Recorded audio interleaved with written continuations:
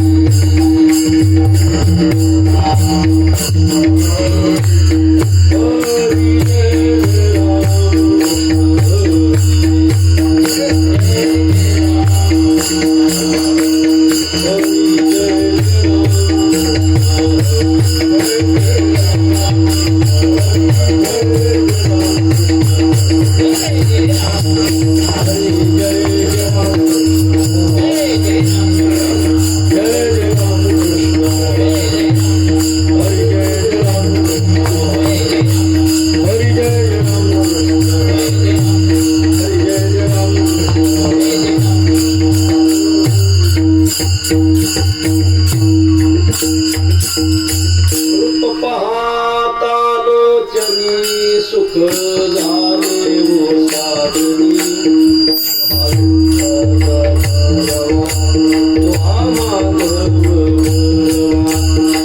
Wow.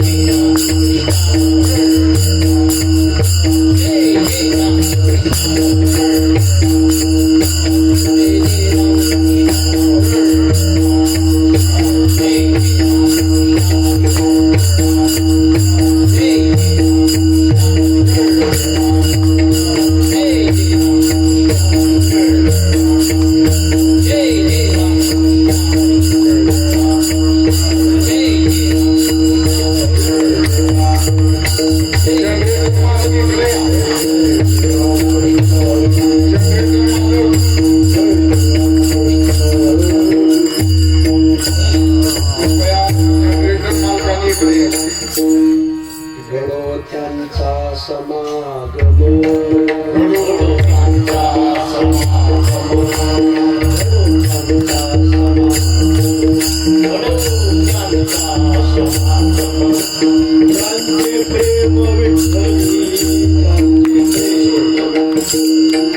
ज्यांचे प्रेम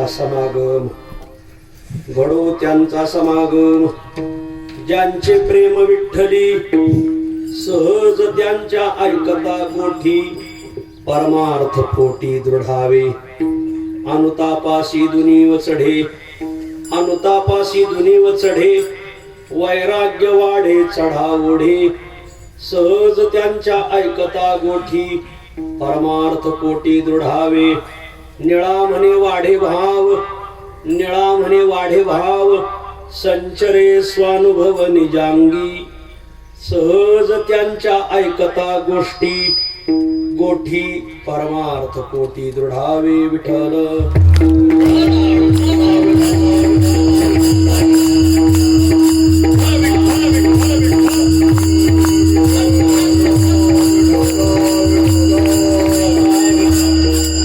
घडो त्यांचा समागम ज्यांचे प्रेम विठ्ठली सहज त्यांच्या ऐकता गोठी परमार्थ कोठी दृढावे परोपकारी नमो पुण्यवंता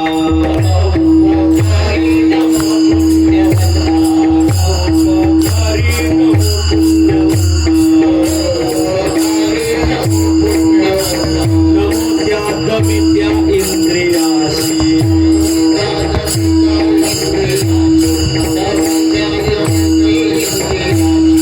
परोपकारी नमो पुण्यवंता परोपकारी नमो पुण्यवंता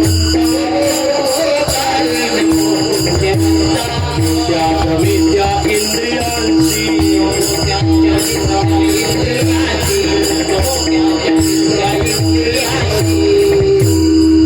घडो त्यांचा समागम ज्यांचे प्रेम विठ्ठली सहज त्यांच्या ऐकता गोठी परमार्थ पोटी दृढावे प्रस्तुतस्थळी प्राप्त प्रसंगी संप्राप्त सेवेसाठी निवडलेला अभंग श्री क्षेत्र पिंपळनेर निवासी असलेले वैदिक सिद्धांत शोधक सकल साधक जनबोधक संसार गतिरोधक पंढरीपथ साधक जगद्गुरु तुकोबारायांचे लाडके शिष्य श्री संत निळोबाराय यांच्या अखिल विश्वाला चंद्रभागामाथेप्रमाणे पावन करणाऱ्या अभंग संहितेतील अभंग आहे.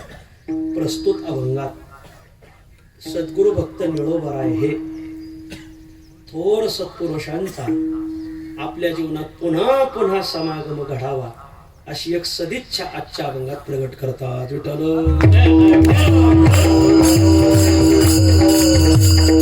अभंगावर काही विवेचन करण्यापूर्वी दोन शब्दाचा अल्पसा परिहार देणं अत्यंत अगत्य आहे. पुण्यपावन योगीराज महाराज चांगदेव महाराजांच्या जन्माने पवित्र झालेला तालुका, रुक्मिणी प्राण संजीवन पांडुरंगाच्या आगमनाने तथा श्री संत बुवाजीबुवा आरणगावकर यांच्या समाधीने पुनीत झालेला तालुका, मर्यादा पुरुषोत्तम प्रभू रामचंद्रांच्या पादस्पर्शाने पावन झालेला तालुका, नवनाथ परंपरेतील श्री गोरक्षनाथ महाराजांच्याही वास्तव्याने दैदिप्यमान असलेला तालुका नगर तालुका. या नगर तालुक्यातील मौजी माळवी पिंपळगाव या गावामधील आपल्या सर्वांचे श्री गुरु वारकरी संप्रदायाचे थोर उपासक निष्काम कर्मयोगी कलियुगातील परमार्थरूपी वृक्षाला लागलेलं शेवटचं निष्कामतेचं फळ आदरणीय हरिभक्तीपरायण बाळकृष्ण महाराज बोंदे उर्फ अण्णा यांच्या दशक्रिया विधीनिमित्ताने आपण सर्वजण एकत्र झालो आहोत. आणि मग या निमित्ताने सर्व बोंदे परिवार, त्यांचा नातलग परिवार आणि बहुसंख्य वारकरी परिवार अशा त्रिवेणी संगमामध्ये हा दशक्रिया विधीचा सोहळा पार पडत आहे. आणि या निमित्ताने सर्व श्री कृष्णदास लोहिया महाराज धर्मशाळा ट्रस्ट, समस्त ग्रामस्थ पिंपळगाव आणि सद्गुरू बोंदे बाबांचा परिवार यांच्या संयुक्त विद्यमाने ही आज माझ्या वाटेला आलेली कीर्तनरूपी सेवा आहे. सर्व परिसरातील कीर्तनकार, प्रवचनकार, रामायणाचार्य, भागवताचार्य, राजकीय, परमार्थिक, सामाजिक, शैक्षणिक सर्व स्तरावरील मंडळी आज उपस्थित आहे, ज्यांना आपण अखेरचा निरोप देण्यासाठी आज त्यांच्या दशक्रिया विधीनिमित्ताने एकत्र आलो आहोत। यांच्या जीवनाशी प्रत्येक जण संलग्न असलेला परमार्थिक भावनेमध्ये अकंठ बुडालेलं व्यक्तिमत्व आज सर्वजण उपस्थित आहेत। विठ्ठल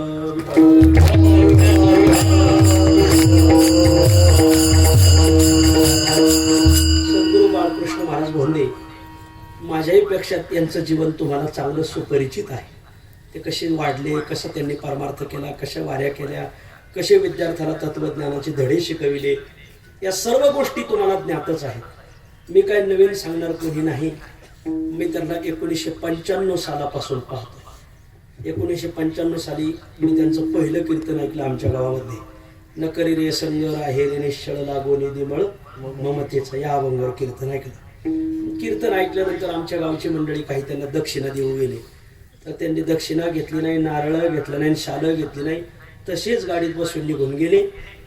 अक्षरशः तेव्हापासून या व्यक्तिमत्वाच्या मी प्रेमात पडलो। तर आजता गायत आणि जोपर्यंत शरीरात प्राण असतील तोपर्यंत त्यांच्यावर नितांत प्रेम राहणार आहे, असे परमपूज्य महाराज। आणि मग महाराजांच्या या अशा अकल्पित घटना घडतील असं काही वाटत नव्हतं। एक 10 दिवसापूर्वी सर्वांना संदेश पोहोचला की आदरणीय अण्णा वैकुंठवासी झाले। कोणाला खरंच वाटायला महाराज, प्रत्येक जणाला कुतूहल वाटायचं, कारण 15 दिवसापूर्वी सर्वांनी त्यांना पाहिलं। ठणठणीत होते अगदी। ज्ञानोबराच्या वारीला आले, पहाटची ओळ म्हणायची काकड्याची, आणि मग लोक आग्रह केलं, मग पुन्हा बसायचे ते, पण भजनावर फार प्रेम। आणि मग 15 दिवसापूर्वी ज्यांना पाहिलं, 20 दिवसापूर्वी ज्यांना पाहिलं आणि त्यांची बातमी आली, लोकांना खरं वाटते ना, परंतु काही गोष्टी स्वीकाराव्याच लागतात जीवनामध्ये। त्यात महाराजांचंही वैकुंठ गमनाची वार्ता सर्वांच्या कानावर पडली।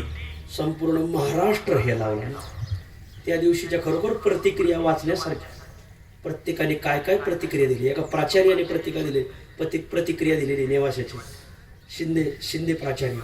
त्यांनी एकच वाक्यात सांगितलं, तुकाराम महाराजांच्या वागण्याप्रमाणे वागलेलं व्यक्तिमत्व नगर जिल्हा त्या मोकला म्हणले या व्यक्तिमत्व। एक प्राचार्य की जे कोणाच्या सहसा हातात सापडत नाही, अरे प्राचार्य म्हणतात की तुकाराम महाराजांच्या वागण्याप्रमाणे ज्यांनी उभं आयुष्य घालवलं, महाराजांच्या गाथेला अभिप्रेत असलेलं जीवन जगले, अशा एका व्यक्तिमत्वाला महाराष्ट्र मोकला, एका प्राचार्य शिंदे सर त्यांनी दिलेली ही एक कमेंट आहे। अशी सगळी थोर प्रत्येकाचं मनाला हेलकावणारी ही बाब। आणि महाराज वैकुंठवासी झाले, सगळा समाज पोरका झाला। काय कोणाला सगळे दिग्भ्रांत, प्रत्येक जण आपल्या जीवनात हेलकाव्याला प्राप्त झाला। महाराजांनी जोडलेली जेवढी माणसं आहेत महाराजांच्या जवळ, सगळी माणसं हेलकावली महाराज।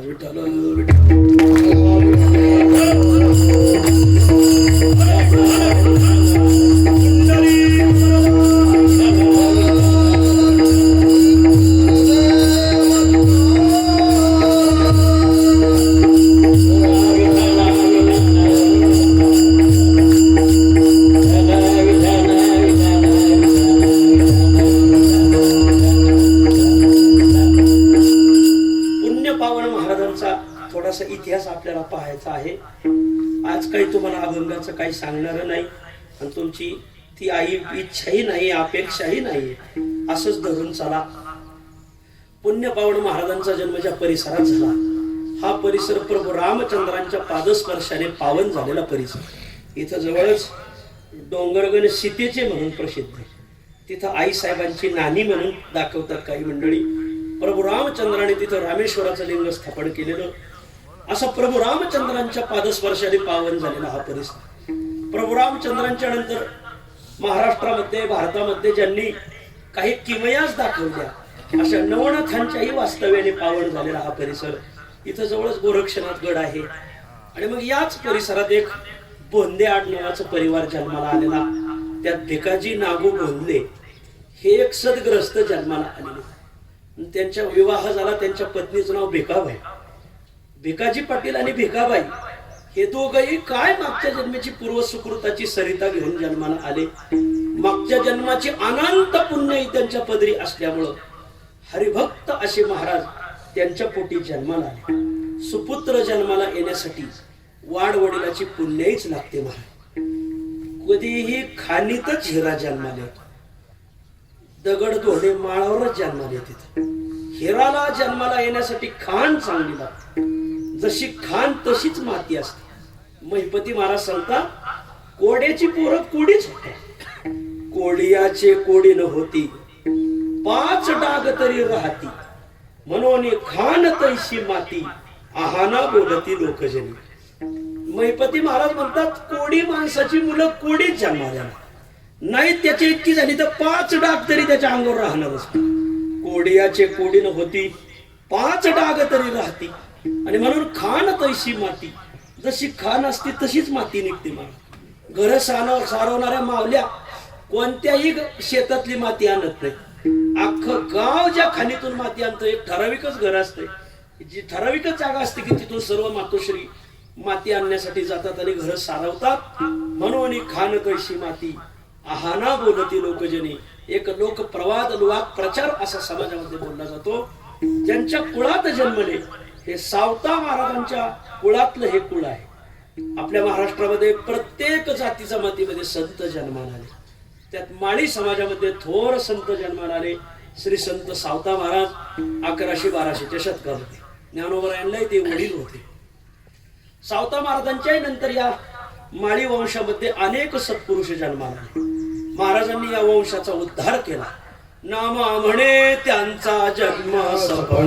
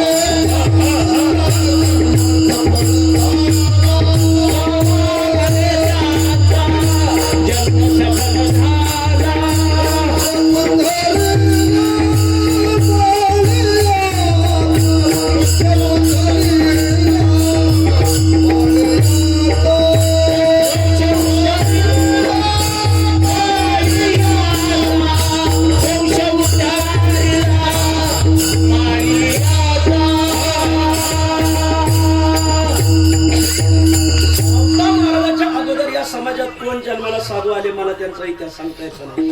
पण प्रथम सावता महाराजच म्हणावं लागतील माझ्या माहितीनुसार. कोणाला काही माहिती असेल तर त्यांची माहिती चांगली आहे. नामा म्हणे त्यांचा जन्म सफळ झाला, वंश उद्धरिला माळियांचा, माळियाचे वंशी जन्माला सावता, पावन तो केला वंश त्यांचा. असे पुण्य पावन सावता महाराज ज्या वंशात जन्मले, माळी घराण्यात जन्मले. त्या घराण्यात महाराजांच्या नंतर सावता महाराज समाधिस्थ झाल्यानंतर अनेक सत्पुरुष जन्माला आले. महाराज कर्जत तालुक्यात एक 200 वर्षापूर्वी माळी समाजात एक मोठे साधू होऊन गेले. त्यांचं नाव आहे पानाडे बुवा. आता ते भरत अण्णांना त्यांना माहिती, त्यांचा 200 वर्षापासून उत्सव चालू आहे. ते जलालपूर नावाचं गाव आहे. नंतर नेवासा तालुक्यात एक सत्पुरुष जन्माला आले, ज्यांनी मामांच्या शब्दाखातर संपूर्ण ज्ञानोबरायांच्या पैस खांबाचं मंदिर उभारलं. ते सद्गुरू बनशी बाबा तांबे हेही माळी घराण्यातलेच होते. अनेक सत्पुरुष माळी समाजात जन्माले. आता तुम्हाला इथे माहिती असतील त्या असा हा खान तैशी माती, फार चांगला वंश हा. आणि या वंशामध्ये हे भिकाजी पाटील, भिकाजीराव भोंदे आणि भिकाबाई, भीमाजीराव भोंदे आणि भिकाबाई ह्या सत्पुरुष. आणि यांच्या मागच्या जन्माची काय सरिता सुकृताची झाली त्या संपन्न. अनेक जन्माची सुकृत फळली आणि सद्गुरू महाराजांचा जन्म झाला. चैत्र महिना आहे, वद्य पक्ष आहे, वरुथिनी एकादशी आहे. एकादशीच्या दिवसाचा जन्म महाराजांचा. शाली वाहन शके 1100, आपलं शाली वाहन शके 1862, 1939 म्हणजे स्वातंत्र्यपूर्वीचा काळ. 15 एप्रिल असं साधारण ती तारीख. पण आपल्या सगळ्या शके सांगितलं जातं. शाली वाहन शके 1862-61 काळ. आणि चैत्र महिना वद्य पक्ष आणि वद्य एकादशी वरुथिनी एकादशी या दिवशी महाराजांचा पवित्र जन्म झाला आणि हे गाव पवित्र झालं. महाराज पवित्र ते कुळ पावन तो देश. पवित्र ते कुळ पावन तो देश. पवित्र ते कुळ पावन तो देश. जेथे हरीचे दास जेथे हरीचे दास जन्मावे तेथे हरीचे दास जन्मावे. पवित्र ते कुळ पावन तो देश.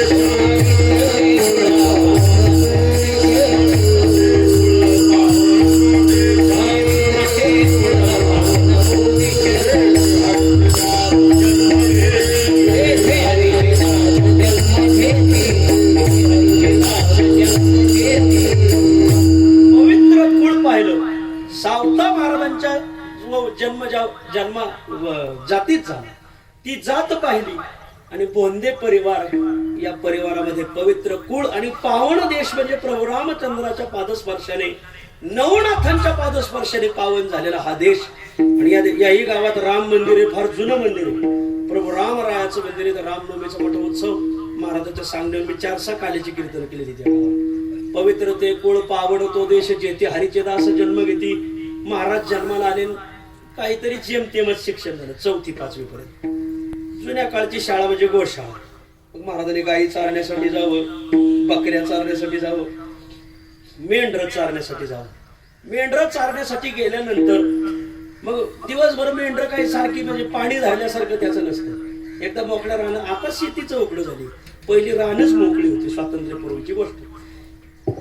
मोकळ्या रानात जनावरं सोडून दिली का जनावरं चरायची. मग जनावरं चरत असताना महाराजांनी सरपण तोडायचं. शिक्षण जेमतेम झालेलं सरपण तोडायचं, सरपण गावात विकायचं आणि ते आलेले पैसे जवळ ठेवायचे, संसाराला लावायचे. काय करायचं त्या पैशाने? आपल्याला आळंदीची वारी करायची, आपल्याला पंढरीची वारी करायची, आपल्या घरच्या पैशाने परमार्थ करायचा.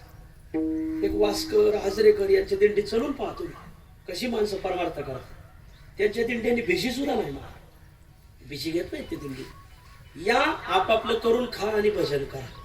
एक वास्कराचा वारकरी, श्रीगोंद्याचा वारकरी, आता ते गावाचं नाव नाही आठवायचं, आमच्या दिंडीत दुपारच्या वेळेला जेवायला. म्हणजे आमची दुपारी गाठ पडली, म्हणलं आमची पंगत पडली, म्हणजे जेवण नाही, म्हणले जेवणार नाही. म्हणलं तुम्ही वास्करात चालता हो, तुमच्या गावचा ग्रुप म्हणजे नाही, मी आमच्या तालुक्यातला एकच आहे त्या दिंडीत, पण त्याच्यात तर ग्रुपवर जेवण, मग तुम्ही जेवता कसं? म्हणले मी जेवतो. म्हणजे मग तुम्ही आमच्या दिंडीत जेवा, आमच्या दिंडीत जेवायला जा ज्ञानोबराच्या सोहळ्यात. म्हणजे नाही जेवा. म्हणजे का बरं? ते म्हणजे लोकांचं खाऊन वारी करण्यापेक्षा मग नाही केलेलीच बरी नाही, आपलं खाऊन वारी केली पाहिजे. काय माणूस असेल वास्कराच्या दिंडीतला मनुष्य हो. म्हणलं मग खाता काय? तुमचा तर ग्रुप नाही म्हटले. म्हणजे काय नाही, संध्याकाळी हरभरे भिजू घालतो म्हटले, दुपारी मीठ टाकून ते खातो. एक गोंगटा आहे म्हणजे, एक शाल आहे, भजनी मालिका आहे, एक धोतर आणि एक शर्ट आहे म्हणजे तेच धुवून घालतो. फकीर माणसं आहेत महाराज. वारकरी संप्रदायासारखी त्यागी माणसं तुम्हाला शोधून सापडायची नाही. विठाला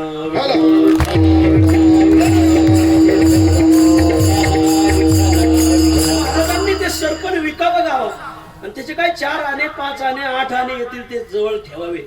वर्षभर ते पैसे गोळा करावे. आपण सद्ग्रंथ विकत घ्यायचे, त्याच्यातून वारी करायची. आळंदीची वारी असेल, पंढरीची वारी असेल, त्र्यंबकची वारी असेल, पैठणची वारी असेल, या वारीला महाराज ते पैसे ठेवायचे. आपल्याजवळ काही तेवढा धनसंग्रह. आणि मेंढरं चारत असताना, जनावरं चारत असताना भजनी मालिका पाठ करायची. महाराजांनी जवळजवळ मालिका तिकडच पाठ केली होती.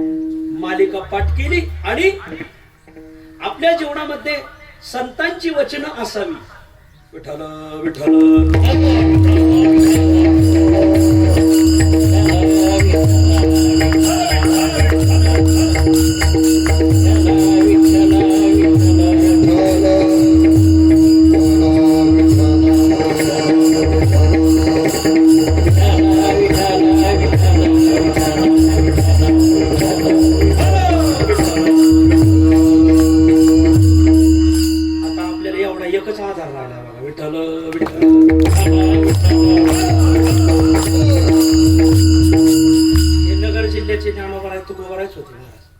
आजही सगळे लोक तेच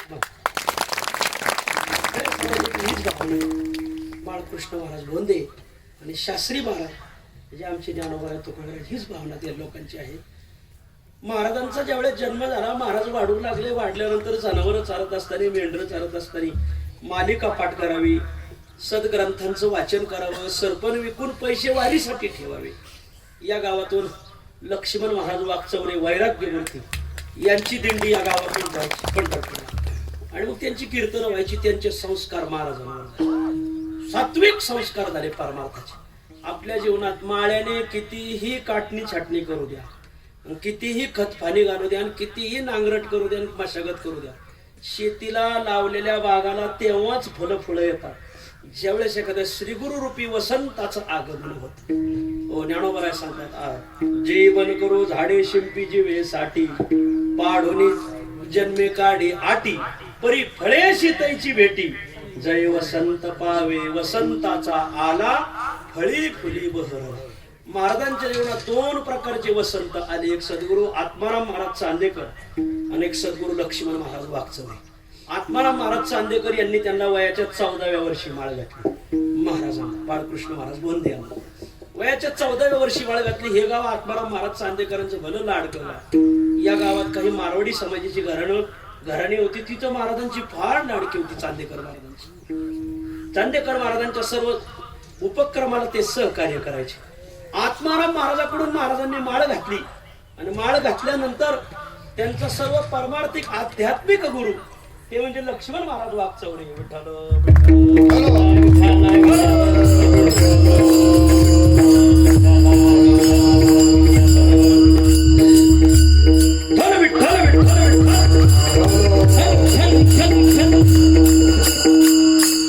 आत्माराम महाराजांनी त्यांना वयाच्या 14व्या वर्षी माळ घातली आणि मग वारीला जाऊ लागले.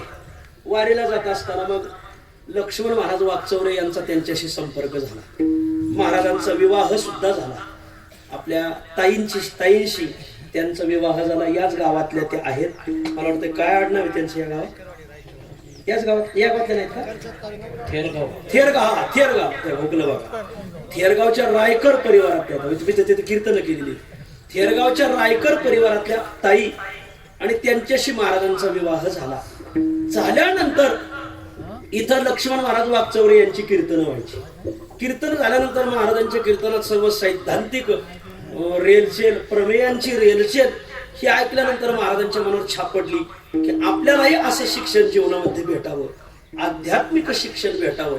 आणि मग समित पाणीम श्रोत्रियम ब्रह्मनिष्ठम तद्विज्ञानार्थम सगुरुमेवा विगच्छे या श्रुतीला अनुसरून आपण महाराजांच्या जीवनात आकर्षित व्हावं आणि महाराजांकडे काही तत्वज्ञानाचे धडे गिरवण्यासाठी जावं. आणि मग महाराजांनी ठरवलं की आपल्याला जायचं. एकदा वारीवरून ते आल्यानंतर आषाढी वारीवरून परतीला यायचे. जातानाही पायी, येतानाही पायी. आल्यानंतर सावता महाराजाच्याच मंदिरात राहिले. सावता महाराजांचा उत्सव झाला आणि उत्सव झाल्यानंतर घरी गेलेच नाही. आणि घरी आले वळकुटीच बांधली. वळकुटी बांधल्यानंतर आई वडिलांनी समजून सांगितलं की जाऊ नको, शिक्षणासाठी जाऊ नको. कुठं जायचंय?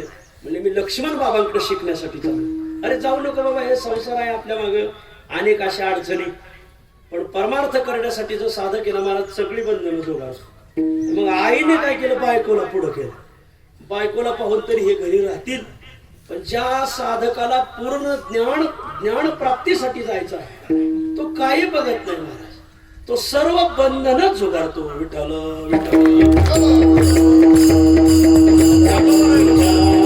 साधक किती गोष्टीचा त्याग करतो याच्यासाठी, ज्ञानोबरांच्या ज्ञानप्राप्तीसाठी साधक किती गोष्टीचा त्याग करतो. ज्ञानोबरांच्या शेवया जया ज्ञाना लागी, गगन गिळता ते योगी, स्वर्गाची आडवंगे उमरडोनी बोला, न धरिती सिद्धीची चाड, न करती रिद्धीची भेड, योगायशे द्वाड भेडसिती, तपोदुर्गे ओलांडित, करतो कोटी ओवांडित, उलथोन या सांडित कर्मवर्णी, नाना भजन मार्गी, एक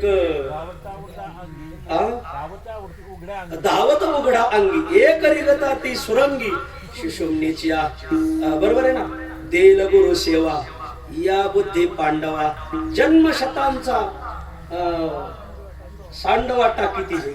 ज्ञानोबा शेकडो जन्म श्री गुरुंवर वळून देल गुरु सेवा या बुद्धी पांडवा, जन्मशतांचा सांडवा टाकी तिथे. शेकडो जन्म श्री गुरु ओळून टाकतात आणि मग पत्नीला पुढे केल्यानंतर ज्ञान प्राप्तीसाठी महाराजांना महाराज ज्ञान पिपासू होते.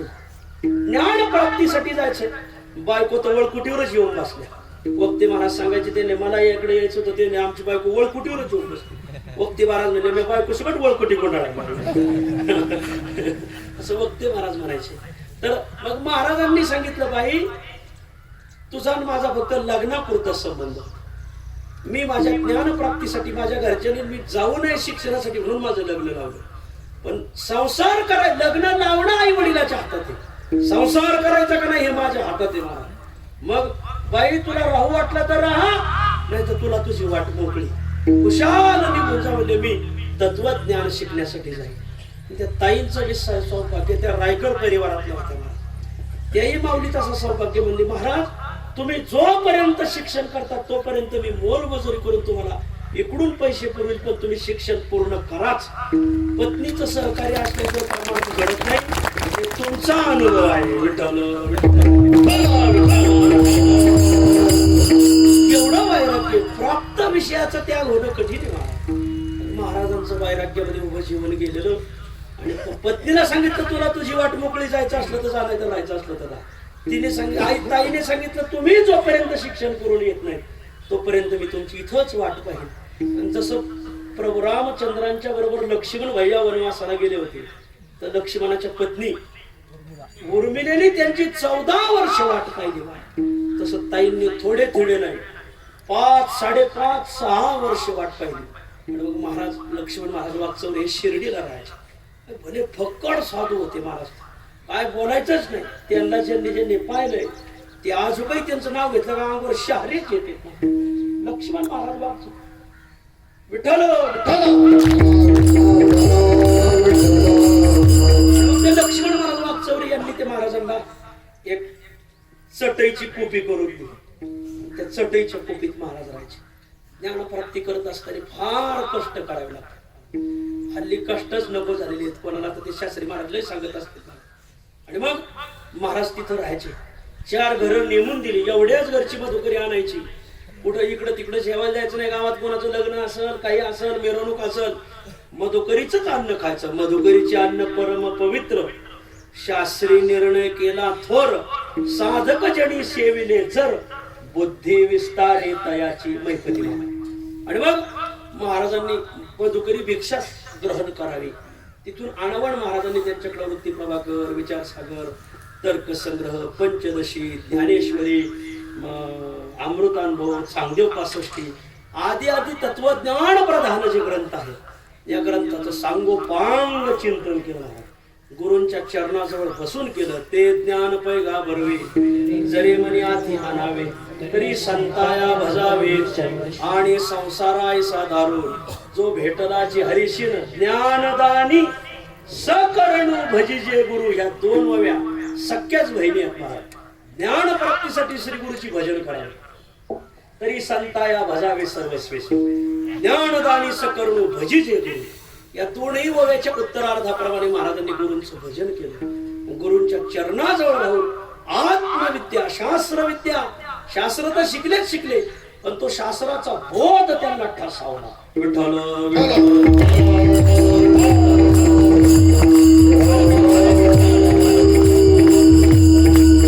5-5.5 वर्ष तिथं राहिले. अभ्यास करत असताना साधक जसे झोपले तेव्हाच लागते महाराज. विकास महाराज आळंदीत 2 गोष्टी लय तेव्हाच लागतात भूक आणि झोप. आळंदी सोडून बाहेर आला का भूक कमी लागते झोप कमी लागते. आळंदीचा पूल वालाडला पुलाच्या निम्यात गेलं तर नवीन डुकली लागते. आळंदीत भूकाने झोपले तेव्हाच लागते. कुठेही कोणताही साधक असू द्या ज्या साधकाला सुरुवातीला मग महाराजांना झोप लागायची. महाराज काय करायचे ते भाजीला कोणी मिरच्या यायच्या मधुकरी कोणी काही द्यायचं ना. मधुकरी भाकर झाली असली तर भाकर द्यायची नसती भाकर झाली कोणी शेंगदाणे कोणी गुळ कोणी तांदूळ कोणीतरी मिरच्या दिल्या. काही लोकांनी तरी जे राहतात मिरच्या दिल्या म्हणजे महाराज म्हणजे मिरच्याचा फायदा काय करायचा वाळलेल्या मिरच्या लाल मिरच्या झोप लागू नये म्हणून ते वाळलेली मिरची डोळ्यात घालायची. अक्षर पाहायची लाईटची व्यवस्था नाही. मग शिर्डीला जे रस्त्यावर जे लाईट लावलेली आहे शासनाची नगरपालिकेची काय ग्रामपंचायतची त्याच्या खाली बसायचे आणि त्याच्या खाली अभ्यास करायचा. त्यांनी मला हे जवळ बसून सांगितलं बरं का, तर ते मी लिहिता लिहिता राहिलो त्यांचा जीवनपट महाराज. आणि मग ते डोळ्यात मिरची घालायची आणि अभ्यास करायचे महाराज. ती ऊन असो, पाऊस असो, थंडी असो, ती चटईची कुटिया केली होती. त्याच्यात वारं तितकंच लागायचं, ऊन तितकंच लागायचं आणि पाऊस तितकाच लागायचं. त्याच्यातच राहायचं महाराज, दुसरीकडे गेले नाही, त्याच्यातच राहणार. असं शिक्षण पूर्ण केलं. मग एकादशी आली, मग आता घरी ग्रंथ लागायचे. एकादशी आली का फराळ लागायचं. काय करायचं मग ताईने इकडं मोलमजुरी करायची लोकांची आणि त्यांच्या ग्रंथांचेही पैसे पुरवायचे. आणि महिना 2 महिने झाले का एकादशीचं दुकानदाराचं काय गोळ शेंगदाण्याचं बिल तेही बुजवायचं. असं महाराजांनी शिक्षण पूर्ण केलं. शिक्षण करून मागा आल्यानंतर आता आपण जे गुरूंच्या मुखातून ऐकलेलं आहे याच्या चिंतनाचं आपल्याला अनुष्ठान घडलं पाहिजे. आणि मग महाराजांनी एकांत स्थळ निवडावं. जेवढी काही एकांताची स्थळ असतील तिथं 15 दिवस राहावं. महाराज 15 दिवस राहायचे. शिनाशंकरला एकदा गेले. आदरणीय हे भीमदादा तिथे कुठंतरी शेतात आव थाकीत होते. त्यांनी पाहिलं कोणीतरी साधू आलाय व इथं साधक आहे. महाराज चिंतन करायचे. महाराज हरभरे घेऊन गेले. हरभरे भिजवायचे आणि ते खायचे, तसा अभ्यास करायचा. भीमदादा म्हणले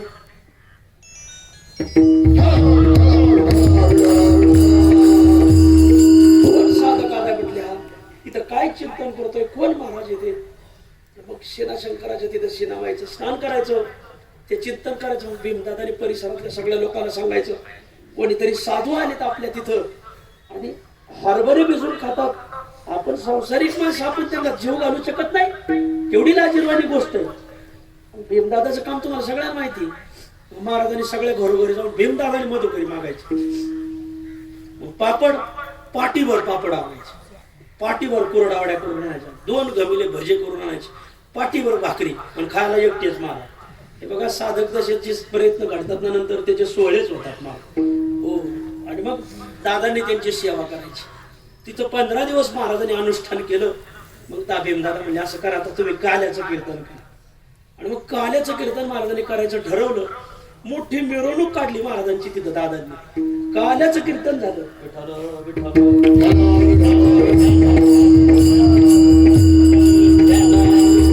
काल्याचं कीर्तन झालं, अन्नदान झालं. भीमदादांनी महाराजांना कपडे शिवले होते.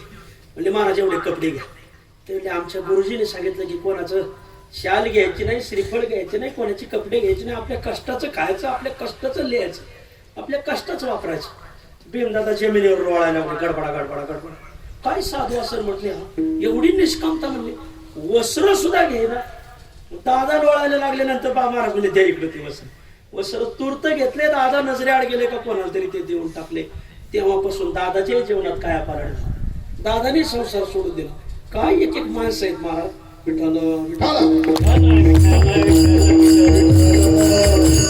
तालुका साधूचीच भूमी महाराज. सगळे साधूच जन्मल्यात. काय फोन झालेला. रामचंद्रांचा पादस्पर्श झालेला, नवनाथांचा पादस्पर्श झालेला. आणि मग महाराजांनी वारीला सुरुवात केली. वारी तर करतच होते. पंढरीची वारी, त्र्यंबकची वारी सुरू केली. पैठणच्या वारीला जायचे, आळंदीच्या वारीला जायचे. इथून आत्माराम महाराजांनी ज्यावेळेस त्यांच्याबरोबर त्यांच्याकडे विणा दिला आत्माराम महाराजांनी आणि ते विण्याची सेवा ते करू लागले. हे लोहिया महाराज मूळ पुरुष आहेत. लोहिया महाराज मारवाडी समाजाचे. पाहना कशी परंपराच कशी भली ऐकण्यासारखी. ते मारवाडी समाजाचे, पण त्यांनी आपल्या वंशात विना नाही दिला. त्यांनी विना दिला लोहिया चांदेकर महाराज, ते मराठा समाजाचे. त्यांनी हा विना आपल्या घरात कोणाला नाही दिला. अरे ही सेवा आहे, हे समाजाचं देणे. हे आपल्या रक्तवंशात राहता कामा नये. रक्तवंशातली माणसं काही नवीनच कुठाने करते. ज्या साधूने अथक प्रयत्नाने काही उभं केलं त्याची पोरं तिथं बिड्या फोकायचं सोडून काही करीत नाहीत. लोहिया महाराजांनी आपल्या वंशाच्यात कोणाला दिलं नाही. चांदेकर महाराजांनी आपले पुतणेन फितनेन चुलतेन फिरतेन गोळा करीत नाही बसले. त्यांनी बाळकृष्ण महाराजाला दिलं. महाराज म्हणजे एका मारवाड्याने मराठीला दिलं आणि मराठीने एका माळी समाजाचे साधून दिलं. काय परंपरा, काय त्यागी असतील माणसं. अशीच हस्तपर हस्ते ही परंपरा हस्तांतरित करीत राहायची. एवं परंपरा प्राप्त. आणि मग या श्लोकाला अनुसरून हे त्यांनी तत्वज्ञान भजनाची परंपरा महाराजांकडे विना आला. महाराजांना म्हणायचं लईच आग होता. आय आवाज होता पहाडी. काल्याचं कीर्तन 3.5 तास, 3 तासाच्या आत नाही. 3.5 तास कीर्तन 5 तास सोनेवाडीला बाई सोनेवाडीचं कोण कोण येतं हे बघा हे बसले 5 तास हे बघा इथं बसले ते सोनेवाडीला 5 तास कीर्तन केलं माणूस उठलं नाही महाराज म्हणायचं नाही अंग भजनाचं भार सांप्रदायिक चाली काकडा ऐका बाळकृष्ण महाराजांचा गोड काकडा म्हणा भजनाचं वजनदार अंग होतं त्यांना चिंतनाचं तर त्यांची कीर्तन म्हणजे सर्व सिद्धांताचीच रेलचेल राहायची महाराजांना मी 2 कीर्तन माऊलीच्या मंदिरात करायला लावली माऊलीच्या समाधी पुढे 2 कीर्तन महाराजांनी माझ्या आग्रह खातर केली होती आणि गोड कीर्तन केली तिथल्या सगळ्या विद्यार्थ्यांनी विचारलं कोण माणसं आहेत होई माणसं तर अगदी साधी फेटा वाजून राहणार मी त्यांना एकदा 2दाच टोपीवर पाहिलं नाही तर बाकीचं सगळं जीवन त्यांचं फेटेवरच गेलं महाराज शिक्षणाला लागले महाराजांचं शिक्षण झालं मग महाराज पाठ घ्यायला सुरुवात केली मला वाटतं 74 सालापासून महाराज आतापर्यंत या कोरोनाच्या आगमनापर्यंत पाठ घ्यायची महाराज सर शनिवार रविवार माणसं यायची कोणी वैयक्तिक यायची कालच एक मला कोणीतरी त्या चासचे साधक भेटले शिंदे आडनावाचे काय असं नाव शिंदे का काय आडनाव होतं बबन शिंदे हा ते म्हणजे महाराज मी रोज जायचो तर ते मला रोज ते माझे 12 देऊन यायचे मला शिकवायचे परत 12 द्यायचे पुन्हा मला शिकवायचे कोण अशी माणसं आहेत महाराज कोण वेळ देतोय कोणासाठी साधूने जेवढा वेळ दिला तेवढा कोणी दिलाय कोणाला शास्त्री महाराज म्हणत असते आम्ही लय गावांना वेळ दिला म्हणले पण ते गाव लोखंडच राहिले म्हणले या दोन्ही साधूंनी फार वेळ दिला तालुक्यासाठी त्यात महाराज होते फार वेळ दिला त्यांनी तालुक्यासाठी तालुक्यातील तालुक्याच्या बाहेरील गावातील आणि कीर्तनाला गेले की नाही निष्काम होता लोकांनी गाडी पाठवायची महाराजांना कीर्तनाला घेऊन जायचं कीर्तन झालं का आणून सोडायचं हे महाराजांची दिनचर्या महाराजांचं त्यांना 2 मुलं झाली एक आहे वासुदेव एक आहे हरिभाऊ आणि मला वाटतं एक गीताताई का काय नावाची मुलगी आणि मग विठ्ठल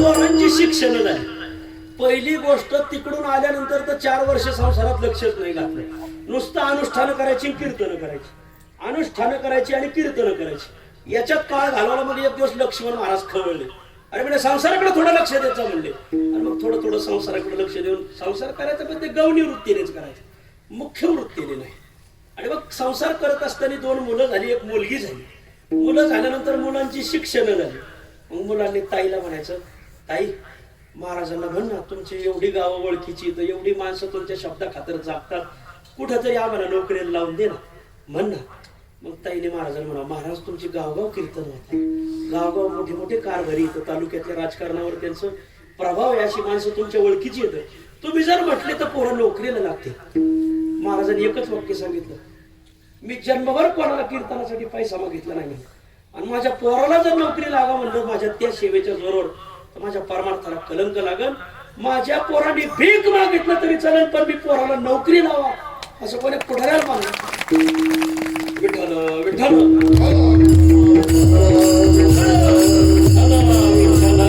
तुम्ही हा प्रसंग ताईला जाऊन विचार गोष्ट करी का त्याने मी जन्मभर कोणाला मग पैसे मागितले नसते का म्हणजे लोक जन्मभर कोणाच्या रुपयाला लाजिंदार राहिले नाही पोराला नोकरी लावा म्हणणं हे काहीतरी घेतल्यासारखंच माझे पोरं भीक मागतील म्हणले पण मी कोणाला नोकरी लावा म्हणणार नाही या भागात आदरणीय कर्डिले साहेब यांनी ते सगळं जाणलं आणि महाराजांना काही न म्हणता त्यांच्या मुलाला आपल्या शाळेत त्यांनी क्लार्क काय करून घेतलं एक मुलगा एवढा शिकला परदेशात आज अमेरिकेला काय रसायनशास्त्रात विद्या वाचस्पती बघा विठ्ठल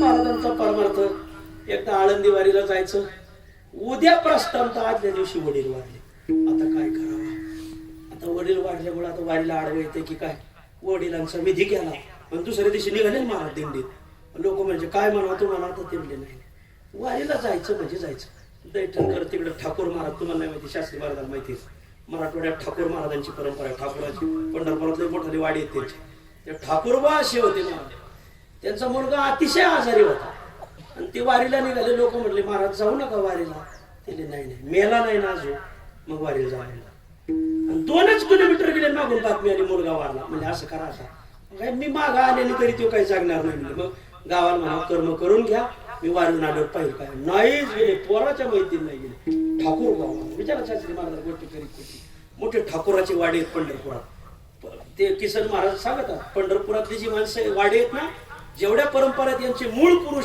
साक्षात्कारी होते विठ्ठल. महाराजांचे वडील वारले, महाराज वारी निघाले, वारीला गेले आणि मला वाटतं पण त्या मुक्कामाला होते काय, तिथून पुन्हा माग आले दशक्रियाला आले, दशक्रिया केली, पुन्हा गाडीत बसले आणि त्या मुक्कामापर्यंत गेले, तिथून पुन्हा पायी पायी चालत पंढरपूरला गेले. कोण माणसं अशी तशी संसारावर तुळशी पत्र ठेवून साधना करणारी माणसं दुर्लभ आहेत मला. उलट साधना करून संसार वाढवणारी नाही, पण संसारावर तुळशी पत्र ठेवून साधना करणारी माणसं फार दुर्मिळ. त्यातले महाराज माणिक रत्न रत्न विठ्ठल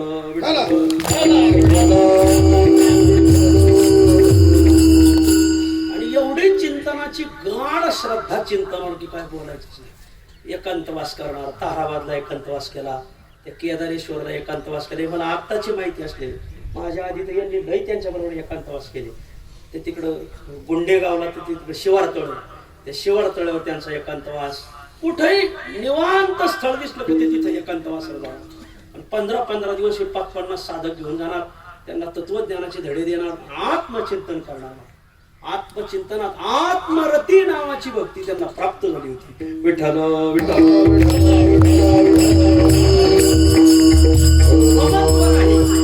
निर्लोभ होतं तर काय बोलायचंच नाही. कीर्तनात कोणाची तर दक्षिणा घ्यायची नाही, पण शाल सुद्धा घ्यायची नाही, भांडे पुसायला कामाला येईल. नारळ भाजीत टाकायला आपल्याला आणायचंय असं सुद्धा नाही. काही काही माणसं 200-200 किलोमीटरवर नारळ मागवतात. धन्य माता पिता त्यांनी नारळ सुद्धा कधी आणलं नाही कोणाचं, शाल सुद्धा आणायची नाही, तिथला हार सुद्धा गाडीला हार तर घालायचं विषयच नव्हतं त्यांच्याकडे. त्यांनी उभं हयातच तशी बुक्का लावायचा नाही, हार घालायचा नाही. त्यागी जीवन जगले महाराज आणि साधकांबरोबर फार प्रेम. जे जे साधक त्यांच्याकडे येतील, आता आम्ही हळदीवर कधी आलो, परत आम्हाला त्यांनी तसं कधी जाऊन नाही दिलं.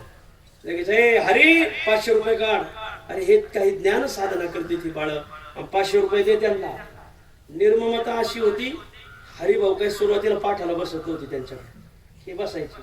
मी आलो एकदा इथं कीर्तनाला, सावता महाराजाच्या उत्सवात 2 कीर्तन केली. हरिभाऊला लय ताणलं करून म्हणजे तुमचं शिक्षण जिथं संपतं तिथून पुढे आध्यात्मिक शिक्षण सुरू. तुमचं शिक्षण हे दुपारची भूक भागवली, जन्म मरणाची भूक नाही भागवली. मग मी महाराजांना, महाराज तुम्ही हरीला शिकवत जा.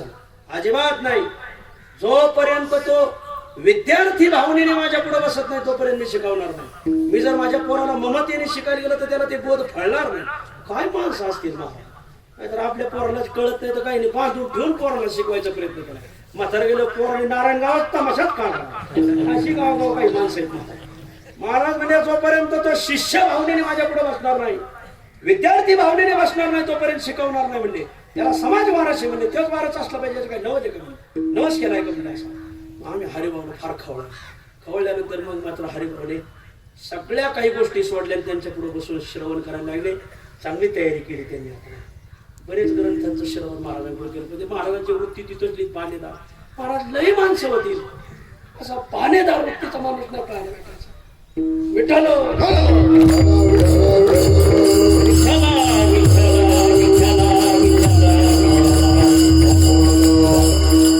आळंदीमध्ये जागा नव्हती दिंडीला. 40-50 वर्ष झाले शास्त्री महाराज ते दोघंही त्या दिंडीत चालायचे. भजनाचा फार आनंद घ्यायचे. आळंदीत जागाच नाही. तिकडे इमारती झाल्या का सारखं अलीकडं, इमारती वाढल्या का सारखं अलीकडं. गावात पहिले उतरायचे सरकत फारच अलीकडे आले. एक दिवस ते दादा भाऊ कडूस त्या जमिनीवाल्या मालकीनीच होतं भांडण झालं का ते दादा भाऊ कडूस ते वैकुंठवासी झाले. ते मला करावी गडी. दादा भाऊ कडूस म्हणले जागाच घ्यायची. महाराज म्हणले नाही घ्यायची तुम्ही तुमची दिंडी हे बघा निघालो. आता काय करावं. मग ते म्हणले काय करायचं. ते म्हणले आम्ही घेतो, तुम्ही फक्त गप्प बसायचं. तुम्ही पांढरंग राहा, आम्ही बडवे होतो, तुम्ही ठेव कमरेवर हात. महाराज गप्प बसले. मग त्यांनीच सगळी मंडळीने परिसरातल्या गावोगावच्या लोकांनी एकत्रित येऊन आळंदीत जागा घेतली. आता जागा घ्यायची म्हणलं तर तिथं ओळखीचं कोणीतरी पाहिजे. कोण कशी जागा. इथं किसन आप्पा लोखंडे आले वगैरे मागे बसले. आप्पांकडे त्यांची दिंडी जेवायला राहायची. म्हणजे आप्पा आपल्याला हे लोक काय म्हणते जरा कानावर घ्या. लोकांनी आप्पांना गाठलं म्हणजे असं घ्यायचं जागा. आता जागाच राहिलेली नाही तरी दिंडी बंद पडत. कालांतराने उतरायचं कुठं. माड्या वाढत येत्या फार लोणी पर्यंत शिक्रापूर पर्यंत. आळंदी राहायची इकडे दिंडी उतरायची शिक्रापूरला. जागा घ्यायची ठरली. लोखंडे आप्पाची 40-45 वर्ष त्यांनी ही दिंडी जेव घातलेली, बरोबर आहे ना आप्पा? 40-45 वर्ष त्यांचे पहिले कौलाचे घर होते, भले मोठे बंगले झाले. आता महाराजांची पुण्यही तशी, त्यांच्या पाय ज्या ज्या घराला लागले त्या घरातली माणसं सुसंस्कृत झालीच झाली, पण त्यांची आईहीच प्रगती सुद्धा झाली. आप्पाचा मुलगा कारखान्यात फार चेअरमनच झाला. आप्पांची ते श्रद्धा. आप्पा म्हणजे महाराज तुम्ही फक्त बोट करा म्हणजे. सगळ्या आळंदीतले ग्रामस्थांचे आमचे नातलं घेतलेले, गुंडरे, कुराडे, भोसले, रानवडे आमचे संबंध आहेत. तुम्ही बोट करा, ती जमीन तुम्हाला तुम्ही मागता त्या भावात घेऊन देतो. मग सुरुवातीला मला वाटतं 5 गुंठे घेतली, नंतर 3 गुंठे जागा घेतली. जागा घेतल्यानंतर मग बांधकाम करायचं ठरवलं. महाराजांनी सांगितलं, बघा सगळ्यात पहिला निर्णय 1 लाख रुपये जो देईल आणि 1000 रुपये जो देईल त्या दोघांना समान उतरायला जागा भेटल. लाख रुपयावाल्याने खोलीत बसायचं, बाकीच्यांनी पटांगणाला कुडकुड कुडकुड ते जोडायचं नाही. दोघाला जर समान जागा भेटत असेल तर हे बांधा, नाही पडीक राहिले तरी चलन. आज सुद्धा त्या धर्मशाळेत तसाच केलं. शेठ येऊन सावकार येऊन सगळ्यांनी महाराजच पटांगणार. हो, महाराज कधी खोलीत नाही, खोलीत महाराज दुसरे महाराज, ते पटांगणार. पटांगणारच ओळखुटी राहणार. आता टेबल आला नाही तर पहिला टेबलही नव्हता. आता ते टेबलवर थांबायचे, तरी झोपताना खाली झोपायचे. पटांगणारच वळकुटी टाकायचं. महाराजांनी पटांगणाला वळकुटी टाकल्यावर ते शेठ सावकार हे म्हणायचे, हा इथं आहे का कुठं खांबाच्या आडालाच बसावा होता आपण. सगळे शेठ सावकार सुद्धा पंक्तीतच बसायचे. महाराजांनी असं त्यागी एकच माजला होता पहिला, ती जागा कमी पडायची. सगळे लोक एकत्र आले, 2 मजली बांधले. आज मरकळ चौकाच्या अलीकडे एवढी मोठी वास्तूच नाही. आता तिथं ती परकेची जागा, तिथं सिमेंट टाकणार, वाळू टाकणार, काही गोष्टी लोखंड पाडणार, सांभाळील कोण? लोखंडे आप्पाने सांगितलं, आप्पा तुम्ही लक्ष द्यायचं. आप्पा सकाळी उठले का त्यांचा नेम ज्ञानोबराचं दर्शन घ्यायचं. दर्शन झालं का तिथून जे निघायचं का धर्मशाळेपाशी येऊन थांबायचं. लोखंड आहे का, सिमेंट आहे का, आप्पाला ते सगळ्या गल्ल्या ओळखी द्या. त्या गल्लीवर पडलं आरक्षण. आरक्षण पडलं, आता काय करावं पडले, हे 1 मजला बांधून झाला. आरक्षण पडले, क्रीडांगण होणार. क्रीडांगण बांधायचं लागले सगळे धर्मशाळेवाले रडायला. एवढा मोठा खर्च करून जागा घेतली, काय करायचं? सगळ्या लोकांनी एक ती 10-20 वर्षापूर्वीची गोष्ट असला पाहिजे, सगळ्यांनी 7 लाख रुपये गोळा केले. आणि आप्पाला म्हटलं, हे पैसे घ्या, आमदाराला द्या. आमदारा म्हणा एवढं आरक्षण उठा. आपण म्हणजे आमदाराला काय पैसे द्यायचे? मग आमदार आपला जोडीदार आहे. सकाळीच आंघोळ केली. नारायणराव पवार आमदार होते आळंदीचे, खेड आळंदी मतदारसंघ म्हणतात, विधानसभा मतदारसंघ. ते आप्पाचा त्यांचा फार मोठा संबंध. विठ्ठल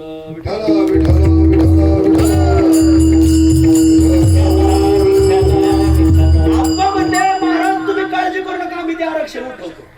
महाराज खवळले, आप्पा तुम्ही काय मंत्री आहेत का आरक्षण उठायला? आप्पा म्हणजे तुम्ही शब्द द्या महाराज, तुम्ही म्हणा फक्त आरक्षण उठलं. महाराज म्हणले, ज्ञानोबा आहे हे आरक्षण उठवावं. एवढा एक शब्द म्हणले. आप्पा म्हणले, नाही उठलं तर पैन देतो. तुमचा शब्द ज्ञानोबा खाली नाही पडून द्या. ज्ञानोबा तो शब्दाची आहे. आप्पाने पहाटेच उठले का थेट नारायणराव पवाराकडे गेले. म्हणजे आरक्षण टाकले. लोक गोरगरिबांच्या, वारकऱ्यांनी धर्मशाळा बांधल्यात म्हणजे वारकऱ्याला कोण दक्षिणा देतोय? हे स्वामी बापून आम्हाला गुरु मावले त्यांना देतात लोक. वारकऱ्याला काय देतात लोक? वारकऱ्याचेच ठेचे चापी देत काही हो. म्हणजे वारकऱ्यांच्या धर्मशाळा, हजारो गावांना परमार्थ शिकवणाऱ्या धर्मशाळा, याच्यावर आरक्षण टाकलं म्हणजे गावातल्या लोकांनी. नारायणराव पवारांनी तर आलेल्या लोकांना सांगितलं, आज तुमची कामं नाही, आज ते आरक्षण हटवायचं काम. बूट पायात घातला, नगरपालिकेत गेले, बूटच हातात घेऊन गेले. बरोबर आहे की नाही आप्पा? बूट हातात घेतला, ते काय अधिकारी होते, ते कोण ते प्रांत काय असतील ते, हातात बूट घेऊन सांगितलं ते वारकऱ्याच्या धर्मशाळेवर आरक्षण उठायचं. त्यागी लोकांच्या धर्मशाळा आहेत म्हणले. ते बाळू महाराज वंदे उभे हयातीत कोणाला रुपया मागितला नाही. त्यांच्या जागेवर तुम्ही आरक्षण टाकीता. गावकऱ्याला क्रीडा करायचं तर गावाने जागा द्यावी. वारकऱ्याच्या जागेवर आरक्षण टाकीता. एका मिनिटात आरक्षण खोडवलं. सगळ्या धर्मशाळेवर कोण येते बाळू महाराज त्यांच्या मिरवणूक काढायची. लोखंडे आप्पा म्हणले, ते मिरवणूक नाही काढून दिली. आज सुद्धा त्या दोन्ही गल्ल्यातली लोक आपल्या धर्मशाळेला नमून राहते. त्याची ही पुण्य आहे महाराजांची. आपली धर्मशाळा तर वाचवली, पण दुसऱ्याही धर्मशाळेवर आरक्षण उठवलं. विठ्ठल नारायण पवार आमदार आप्पांना म्हणायचे, ते कोण महाराज आहेत आणि त्यांना काय पाहिजे, मी देतो बांधकामाला मदत करू. किती मजली बांधायचं? आप्पांनी सांगितलं महाराजांना. महाराज ते नारायणराव पवार म्हणते, तो तुम्हाला बांधून द्यायची धर्मशाळा. महाराज म्हणले, नाही हे जर पुढाऱ्याच्या पैशाने बांधलं तर इथं बांधलं होते उद्या. हे वारकऱ्याच्या रुपयातून बांधायचं. आम्हाला लई माणसं आहेत म्हणले देणारी. आमच्या दारात गाडी आणून ठिकाणी उभ्या केल्या. आम्ही त्यांची गाडी घेतली. हे जर पुढाऱ्याच्या पैशातून घेतलं तर इथं उद्या बांधणी होतील म्हणले. मग हे त्यागी लोकांच्यातून उभं राहिलं पाहिजे. आपण नारायण पवार ते साधू तरी एकदा घेऊन या घरी. आप्पा म्हणले तुम्हाला त्यांच्याकडे यावं लागेल, ते आमदाराकडे नाही जाणार. असे त्यागी साधू होते महाराज. मग असं अनेक प्रकारचे अनेक विद्यार्थी घडवले. त्यांचे विद्यार्थी म्हणजे एक वैदाचा विद्यार्थी शिकवला आहे. तर तिथं आहे कुठंतरी असतील, मागं पुढं तिकडं असतील. तिकडे येतं गणेश नावाचा एक विद्यार्थी वैद समाजाचा. वैद म्हणजे मांजरा धरणारे. आणि त्या विद्यार्थ्याने 6 वर्ष राहून शिकवलं. आज जर तुम्ही शिर्डीला गेले तर तुळशी वृंदावन दारात दिसलं का समजू काय ती वैदाची गल्ली. आम्ही एकदा ते कोण महाराज वारले होते, गेलो होतो. नाना तुम्ही होते बघा, काय नाव त्यांचं? एक महाराज वारले, शंकर महाराज वारले, वैद समाजाचीच होती देवी. मग एकदा महाराजांना आम्ही गेलो, तिथे कीर्तन केलं, त्यांना गेलो भेटायला गेल्यानंतर ती पत्र्याची घर वैदाची, एवढी बारीक बारीक घर, प्रत्येक घराच्या दारात तुळशी वृंदावन. महाराज म्हणायचे माऊली हे बघ, हे सगळे वृंदावन दारात येत ना त्यांच्या, ही सगळी वैदाची गल्ली म्हणजे. आणि महाराजांची दिंडी, त्या दिंडीचं नावच होतं वैदाची दिंडी. लक्ष्मण महाराज वागचौरे वैदाची दिंडी. आम्ही त्यांच्या घरात बसलो, काय त्या महिलांची ज्ञानेश्वरीचे पाठ बाबा. महाराजांनी सांगितलं ह्या माऊलीचे 3 अध्याय पाठ आहेत, ह्या माऊलीचे 6 अध्याय, ह्या माऊलीचे सगळे ज्ञानेश्वरी पाठ. वैदाच्या पाय त्या लक्ष्मण महाराजांनी तयार केले. मग कोणीतरी आपणही एखाद्या वैदाला शिकवावं. महाराजांनी अनेक वैदांना माळी घातल्या. अनेक त्या आमच्या वारकऱ्यांनी, भीमदादाला माहिती, एक सदा वारकरी त्याने खानदेशात 700 पारद्यांना माळी घातल्या. पारद्यांना 2 पारदी कीर्तनकार केले. त्या पारद्याने चोऱ्या सोडून दिल्या. पोलीस म्हणजे कोण माणूस होतो, त्या पारद्यांना अख्खा जिल्हा व्हायला होता. म्हणजे पारद्यांना माळी घालणारा कोण माणूस आहे? एसपी गाठ घ्यायला तर याची कोणाची, त्या आपल्या सदा वारकरी एसपीने सत्कार केला. कोण माणूस आहे? त्या वैद्याला वैतागली होती, म्हणजे आपल्या पारद्याला वैतागली होती माणसं. मी पारदे माळकरी केले. सांगा काय साधूचा प्रताप सांगा होतो मला.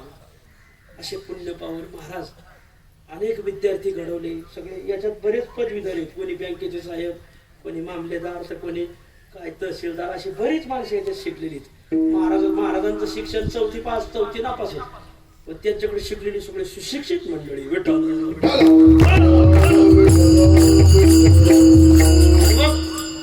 शेवटच्या काळापर्यंत 2 वर्षापर्यंत लॉकडाऊन पडलं. गेल्या वर्षी काही कार्तिकीची वारी भरलीच नाही. या वर्षी कार्तिकीची वारी भरायची सगळ्याचा 8 तास. महाराज तुम्ही येऊ नका.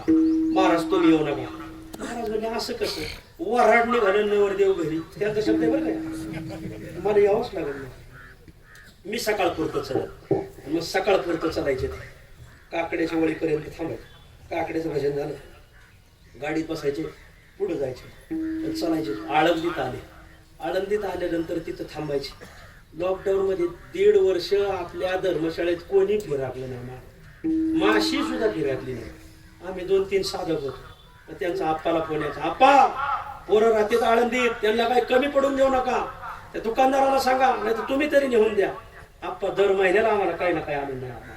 त्यांचा शब्द लोक काय पडून देतात का? दुकानदाराला फोन केला, ते माऊलीन ते तिथं राहते, त्यांना काही कमी पडलं ते आले तर पैसे मागू नका, आम्ही पैसे पाठवतो तुम्हाला.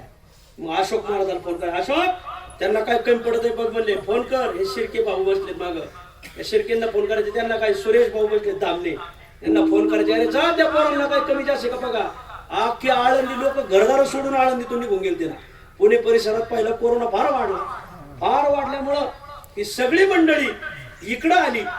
तिथं आळंदीच्या धर्मशाळेत मात्र जे 2-3 साधक राहिले, त्या साधकांची उत्तम सोय त्यांनी ठेवली. विठ्ठल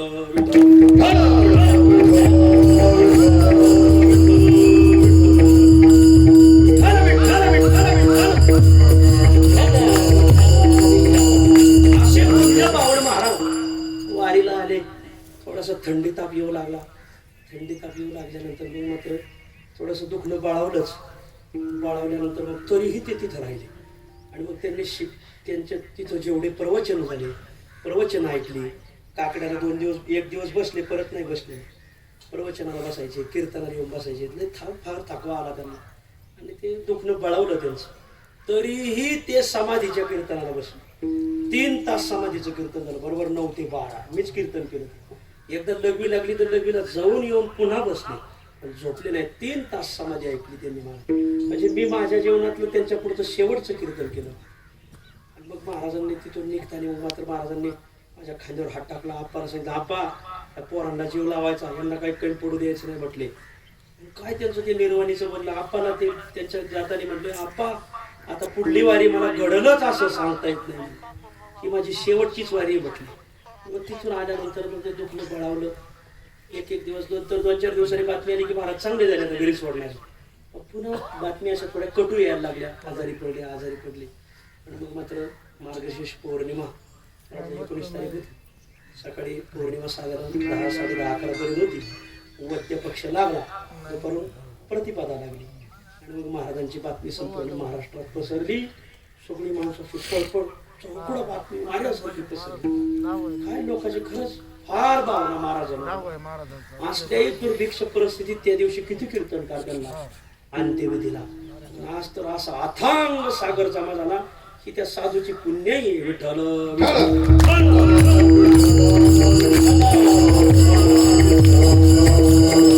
असे पुण्यवान महात्मे यांचा समागम तुम्हा आम्हाला पुन्हा पुन्हा घडावा म्हणून अभंगात निळोबराय पहिल्या चरणात सांगतात. त्यांचा समागम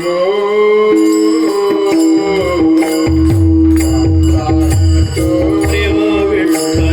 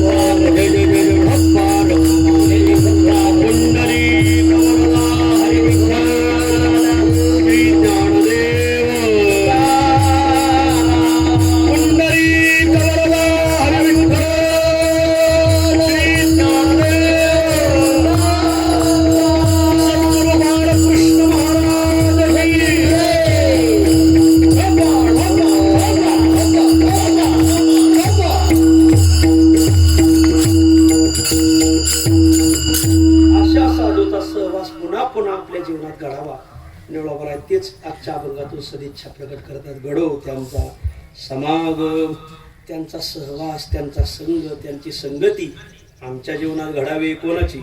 ज्यांचे प्रेम विठ्ठली, ज्यांचं निरतिशय प्रेम भगवंतावर आहे, ज्यांचा आवडता देव आवडे ज्या हरी अंतरापासून भगवंतावर ज्यांची प्रेम जडलेलं आहे, यांचा सहवास आम्हाला घडो. त्यांच्या सहवासात जर गेलो, सहज त्यांच्या मुखातून काही वचनं आली तरी ती आम्हाला बोधप्रदश ठरतात. सहज त्यांच्या ऐकता बोटी सहज वचन आली मुखावाटी अमृत वचने उत्तीर्णता येणे नव्हे जन्मे. मग त्यांच्या मुखातल्या सहज वचनं जरी बाहेर पडली सहज त्यांच्या ऐकता गोठी परमार्थ पोटे दृढावे. परमार्थिक भावना अंतकरणात दृढ होते. अनुतापाशी दोन्ही वचडे. त्यांचा सहज सहवास घडला. सहज काही वचने कानावर पडली. अनुतापातला दुप्पट असे दोन्ही वचडते. दुप्पट अनुताप वाढत जातो महाराज. होडा चोडणी वाढत जातो. वैराग्य वाढे चढावडी. वैराग्य सुद्धा अंतकरणात वाढत जातं. निळा म्हणे वाढे भाव. अंतकरणात भावाची अभिवृद्धी होते. आणि संचरे स्वानुभव निजांगी. अंतकरणामध्ये आत्मानुभव संचार करतो. सहज त्यांच्या ऐकता गोठी परमार्थ कोटी दृढावे. पुण्यपावन महाराज पुन्हा पुन्हा आपल्या जीवनात यावे. पुन्हा पुन्हा त्यांनी आपल्याला परमार्थ शिकवावा. पुन्हा पुन्हा त्यांच्या बरोबर आपल्याला वारी करता यावी. त्र्यंबकची वारी आता वारीला जायचं कसं बघा प्रश्नच पडला. त्र्यंबकची वारी असेल, पैठणची वारी असेल, आळंदीची वारी असेल, पंढरपूरची वारी असेल, तुम्ही आपण सर्व मंडळी त्यांच्या सहवासात अनेक वर्षापासून परमार्थ करतात. पंढरीरायाने या साधूला पुन्हा आपल्या जन्माला पाठवलं. पुन्हा त्यांच्याबरोबर आपल्याला वारी करण्याचा योग घडावा एवढंच पांडुरंगाला मागायचं. घडो त्यांचा समागम ज्यांच्या प्रेम विठ्ठली. सर्व परिसरातील ज्येष्ठ श्रेष्ठ मंडळी आलेली आहे. सर्वांच्या वतीनेच ही आजची भावपूर्ण श्रद्धांजली समजायची. चिंतन सेवेला पूर्ण विराम. ज्ञानेश्वर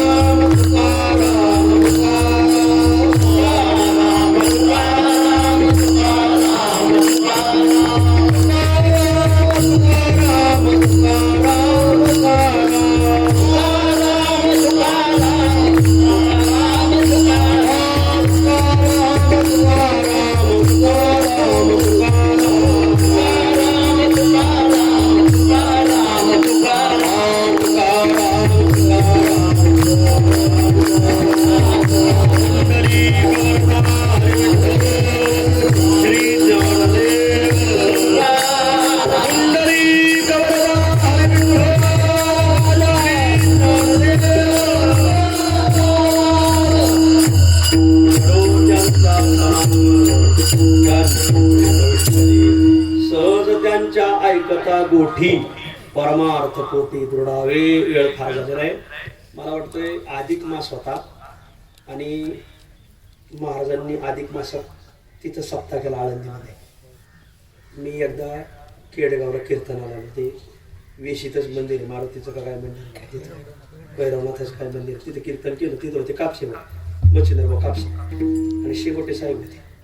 मग शेगोटे साहेबांनी ते वैष्णव तो जाय आम्ही आबल घेतला. कीर्तन झालं. मग शेगोटे नाना म्हणले असं करा, आमचा आळंदीला सप्ताह आहे, बाळकृष्ण महाराज बोंदे, तुम्ही आळंदीला राहतात, एक सेवा कराल का महाराजांपुढं? म्हणजे चालेल ना महाराज. मग मी माझ्या जीवनातलं पहिलं कीर्तन म्हणजे महाराजांपुढचं पहिलं कीर्तन तर अभंग हाच घेतला होता मी, गडो त्यांचा समागम. त्या अधिकारी पण ती स्मृती अजून जिवंत आहे. म्हटलं सुरुवात या अभंगाने मी त्यांच्या पुढे कीर्तनाची केली आणि आज मी त्यांच्याच पुढे या अभंगाने शेवट करत आहे. घडो त्यांचा समागम. माझ्या जीवनात महाराजांचा 95 सालापासून 1995 सालापासून सहवास. आमच्या गावी ती कीर्तनाला यायची. त्यांची आमच्या गावातली एक मुलगी त्यांच्या इथं भावकीत दिलेली आणि मग ते महाराजांचं येणं जाणं व्हायचंच नेमकं. अनेक कीर्तन ऐकली, अनेक वेळा सहवास घडला. महाराजांनी आम्हाला धर्मशाळेसाठी राहण्यासाठी जागा दिली. तिथं पाठ घेतली काही काळ आम्ही. आत्ता राहतो पण महाराजांना कधीही खाली पायाची पाळी अजून आम्ही आणली नाही आणि येऊनही देणार नाही, कारण आशीर्वाद त्यांचा आम्हाला, महाराजांचा आशीर्वाद आहे. आत्तापर्यंत त्यांनीच आम्हाला सांभाळलं, तुम्हाला सांभाळलं. इथून पुढं त्यांची कृपादृष्टी आपल्यावर राहावी. पवित्र असा काकस्पर्श झालेला आहे, विधी संपलेला आहे. इथून पुढचं एक धावती चाल होईल आणि मग पुढचं नियोजन होईल. मच्छिंद्र महाराज म्हणा. निळामणी वाडेवा निळामणी वाडेवा निळा म्हणे वाढे भाव निळा म्हणे वाढे भाव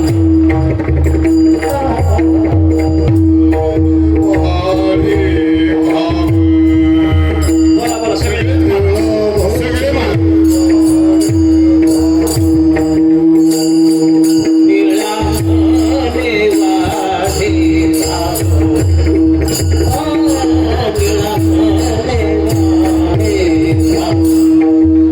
निळा म्हणे वाढे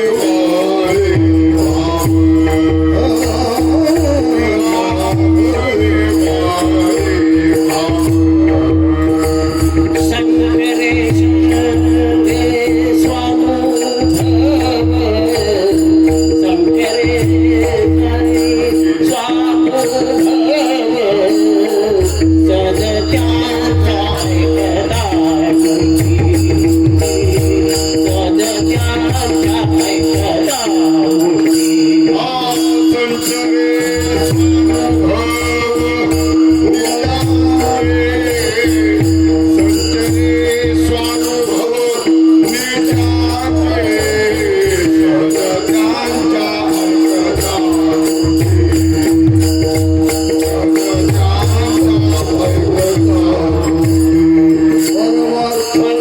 परमार्थपोटी वाहने धारे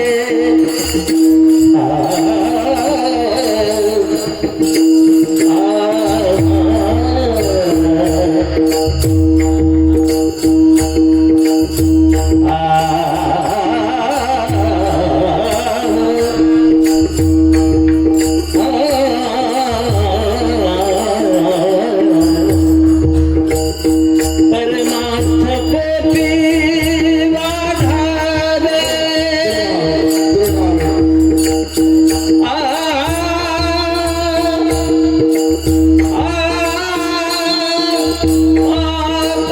परमार्थपोटी वाढावे परमार्थपोटी